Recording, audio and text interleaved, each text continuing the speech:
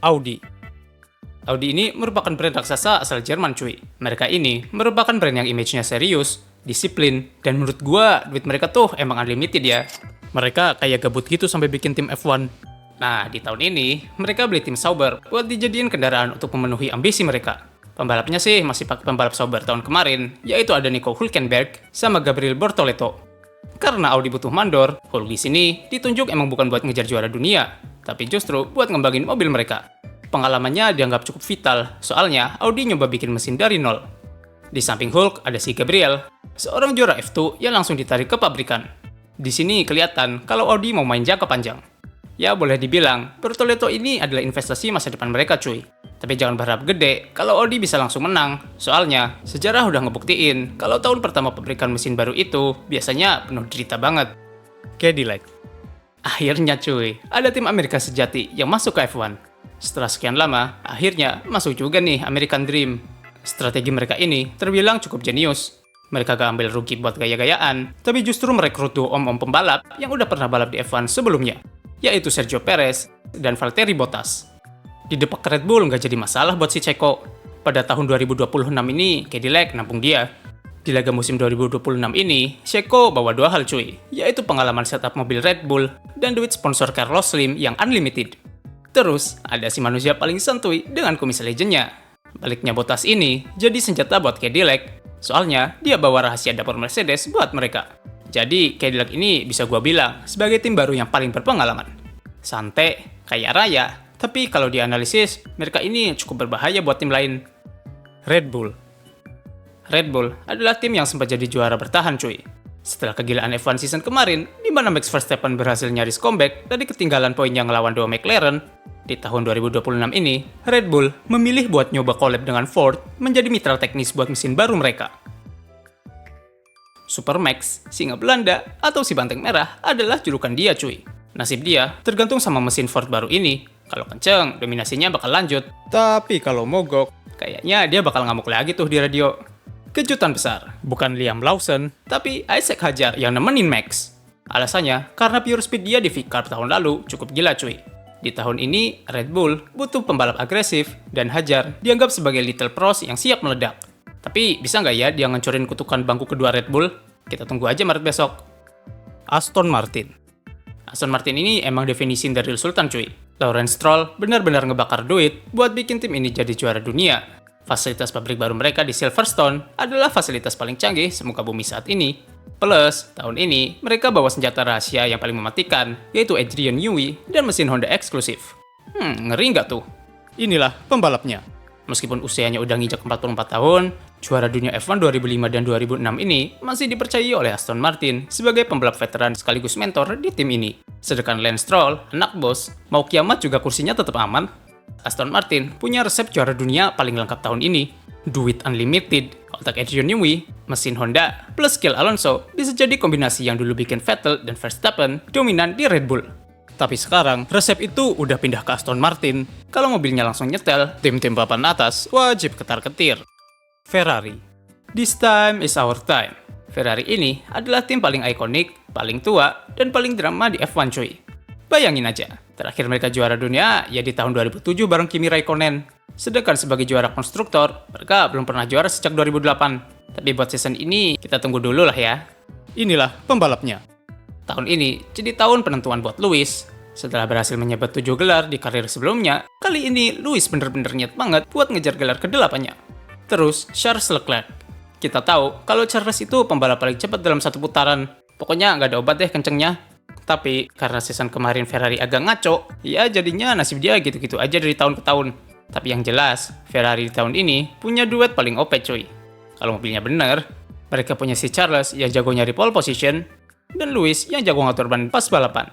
Intinya, kalau mobil mereka bener, tim lain cuma bisa liatin knalpot Ferrari doang. Hehe. Season ini mereka fokusnya cuma satu, yaitu ngebalikin trofi ke Italia. Mercedes. Lanjut ke Mercedes AMG. Mercedes ini tim yang lagi mode tryhard banget buat balik ke puncak. Dulu mereka dominan parah, hampir satu dekade juara mulu. Pas ganti regulasi kemarin, mereka malah pusing sendiri sama mobilnya. Tapi ingat, biasanya kalau ada aturan mesin baru, Mercy itu yang paling siap dan paling rapi kerjanya cuy. Inilah pembalapnya. Sekarang, George udah sah jadi bos di garasi. Karena udah nggak ada Lewis, jadi nggak ada alasan lagi buat dia ngalah atau sungkan. Tugas dia pun sekarang terbilang cukup berat cuy. Dia harus buktiin kalau dia itu material juara dunia beneran, bukan cuma pembalap yang cuma konsisten poin. Terus Kimi Antonelli. Kimi ini adalah bocil kesayangan Toto Wolff cuy. Di 2026 ini, harusnya dia udah mulai mateng, bukan rookie ingusan lagi. Speed si Kimi ini aslinya kenceng parah cuy. Tapi ya namanya anak muda, mungkin emosinya masih labil gitu kali ya. Intinya, Mercedes di tahun ini ngandelin banget sama mesin baru buatan mereka sendiri. Kalau mesinnya gacor kayak tahun 2014 dulu, George sama Kimi bakal sering banget naik podium. And kuncinya cuma satu, mereka harus berusaha jangan bikin mobil mentul-mentul lagi. Alpine. Ini nih, tim Perancis yang paling drama dan paling sering gonta-ganti bos cuy. Mereka kayak kelihatan bingung mau dibawa kemana arahnya. Tapi tahun ini hype-nya lagi naik banget gara-gara faktor pembalap barunya. Jujur, gue kasihan banget lihat si Gasly. Dia kayak sendirian ngegendong tim ini beberapa tahun terakhir. Dia ini pembalap bagus, pernah menang juga, tapi mobilnya sering angin-anginan. Tahun ini, dia butuh mobil yang jelas biar nggak stres sendiri di radio. Nah, Franco Colapinto. Ini dia yang bikin rame. Franco masuk ke sini bawa gerbong versi Argentina yang militan banget cuy. Skillnya oke, agresif, dan dia ini nggak takut banget buat nyalip.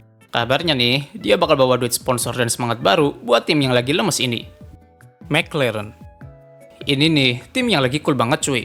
Mereka adalah juara tahun lalu, isinya anak muda semua, dan mobilnya kencang di segala medan. Well, masalah mereka cuma satu, yaitu dua pembalapnya sama-sama nggak mau ngalah. Inilah pembalapnya. Lando udah mateng banget sekarang. Dia tahu dia punya mobil juara, dan dia ngerasa ini tim punya dia dari dulu. Mindsetnya pun udah bukan nyari podium lagi, tapi nyari P1. Sedangkan si Oscar, dia diam-diam menghanyutkan cuy. Nggak banyak omong, mukanya datar, tapi tahu-tahu udah di depan aja. Kalau menurut gua, McLaren ini punya line up paling seimbang di grid.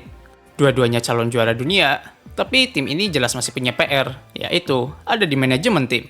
Bisa nggak ya mereka ngatur dua singa muda ini biar nggak tabrakan sendiri pas lagi rebutan posisi? Kita lihat aja nanti. Williams adalah tim legendaris yang lagi bangun dari tidur panjangnya cuy. Dulu, mereka sempat jadi tim juru kunci, tapi pelan-pelan James Wallace coba buat benerin fondasinya. Dan tahun ini, mereka punya duet pembalap yang otaknya paling encer, yaitu Alex Albon dan Carlos Sainz. Albon ini adalah seorang leader yang sabar banget cuy. Dia juga driver yang ngebangun Williams dari bawah pas mobilnya masih susah belok. Dia jarang bikin kesalahan, dan sebagai seorang driver F1, feedback teknisnya terbilang cukup bagus. Pindahnya Sainz ke tim ini adalah upgrade gila cuy. Sainz ini adalah salah satu pembalap terpintar di grid saat ini. Kalau menurut gua sih, dia pindah ke sini pasti karena lihat potensi jangka panjang dari tim ini, bukan asal terima nasib doang. Dan Williams sekarang bukan tim papan bawah lagi cuy. Dengan mesin Mercedes dan dua pembalap cerdas yang mereka punya, mereka bisa banget nyodok ke papan tengah yang solid, bahkan mereka bisa aja nyuri podium kalau tim atas lagi blunder. Haas ini adalah tim Amerika rasa gado-gado cuy. Markasnya mencar-mencar, budgetnya paling irit, tapi strategi mereka buat 2026 tetap sama, yaitu beli spare part Ferrari sebanyak mungkin yang dibolehin oleh aturan. Pokoknya hemat pangkal balapan lah buat tim ini. Inilah pembalapnya. Ocon ini termasuk driver yang kencang, tapi ya gitu. Sejarah nyatet kalau dia sering banget senggolan sama teman setimnya sendiri. Dia agresif banget kalau defend, yang mana bakal jadi ujian buat kesabaran tim. Lalu ada Oliver Bearman. Dia adalah driver didikan Ferrari. Dia cepet, tapi harus hati-hati ngadepin Ocon yang galak. Pokoknya jangan sampai dia kena mental dulu lah. Menurut gue, Haas bakal jadi tim yang lumayan seru buat ditonton. Entah karena prestasi, atau karena drama antar pembalapnya. Target mereka realistis aja lah. Poin yang konsisten dan gak ngancorin mobil. Soalnya budget mereka tipis banget cuy. V-Carb ini statusnya jelas banget cuy, yaitu tim satelitnya Red Bull. Gak usah diperhalus lah istilahnya. Tugas utama mereka ya dua, ngumpulin data buat kakaknya sama nyari talenta pembalap muda. Mobil mereka sering banget dijulukin sebagai Red Bull KW karena emang banyak part lungsuran dari kakaknya. Jadi kalau Red Bull kenceng, biasanya V-Carb ikutan kecipratan kenceng juga cuy. Inilah pembalapnya. Status Liam sekarang udah bukan anak baru lagi cuy. Sekarang dia resmi naik pangkat jadi tim leader V-Carb sepeninggal Yuki Tsunoda. Dan bebannya jelas udah beda banget cuy. Dia sekarang jadi tumpuan utama buat nge-carry tim dan jadi pemimpin untuk ngembangin mobil. Kalau sampai performanya bapuk atau kalah sama rookie, Helmut Marko nggak bakal ragu tuh buat nyari gantinya dia. Satu lagi bibit unggul dari Red Bull Junior Team, yaitu Arvid Lindblad. Setelah Isaac dipromosiin ke Red Bull, Arvid lah yang menggantikan dia cuy. Bocil ini loncat dari F2 langsung ke F1. Helmut Marko naruh dia di sini buat lihat kalau ini anak punya mental baja apa mental kerupuk ya kira-kira. Yang jelas, Vicard di 2026 ini bakal tetap jadi tim papan tengah yang kadang ngasih kejutan pas kualifikasi cuy. Buat pembalapnya, ini bukan tempat buat nyaman. Ini tempat buat bertahan hidup. Pokoknya siapa yang kenceng, ya dia yang selamat. Subscribe.